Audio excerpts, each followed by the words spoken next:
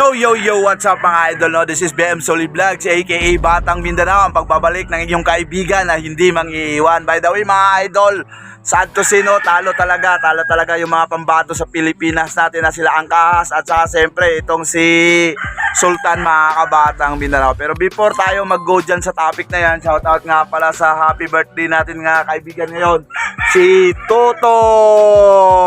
Tara. Si Toto, birthday niya. Unang happy birthday sa atong bro karon. And then, ano ka pag-uusapan natin?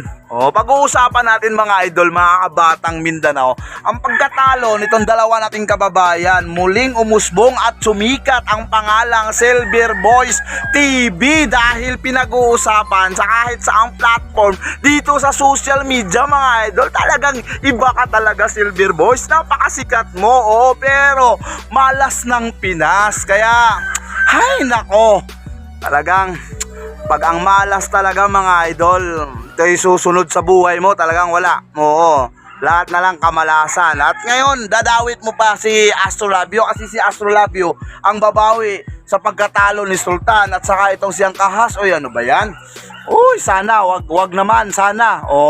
Na yung parang matulad yung nagiging sinapit nitong si Astrolabio dito sa kay Sultan at saka Angkahas. At yun lang mga idol, mga kabatang Mindanao. Kung hindi ka pa nakapag-subscribe sa YouTube channel, ano pa hinintay mo? Mag-subscribe na kay BM Solid Vlogs, aka Batang Mindanao. At saka uulitin ko, no, muling sumikat at umusbong ang pangalang Silver Boys dahil sa kanyang kamalasan. Kahit saang social media platform, makikita mo na malas ng Pinas ang tawag sa'yo. Kaya mag-resign ka na dyan sa MP Promotion. Huwag mo kasing magiging sobrang bitter. At saka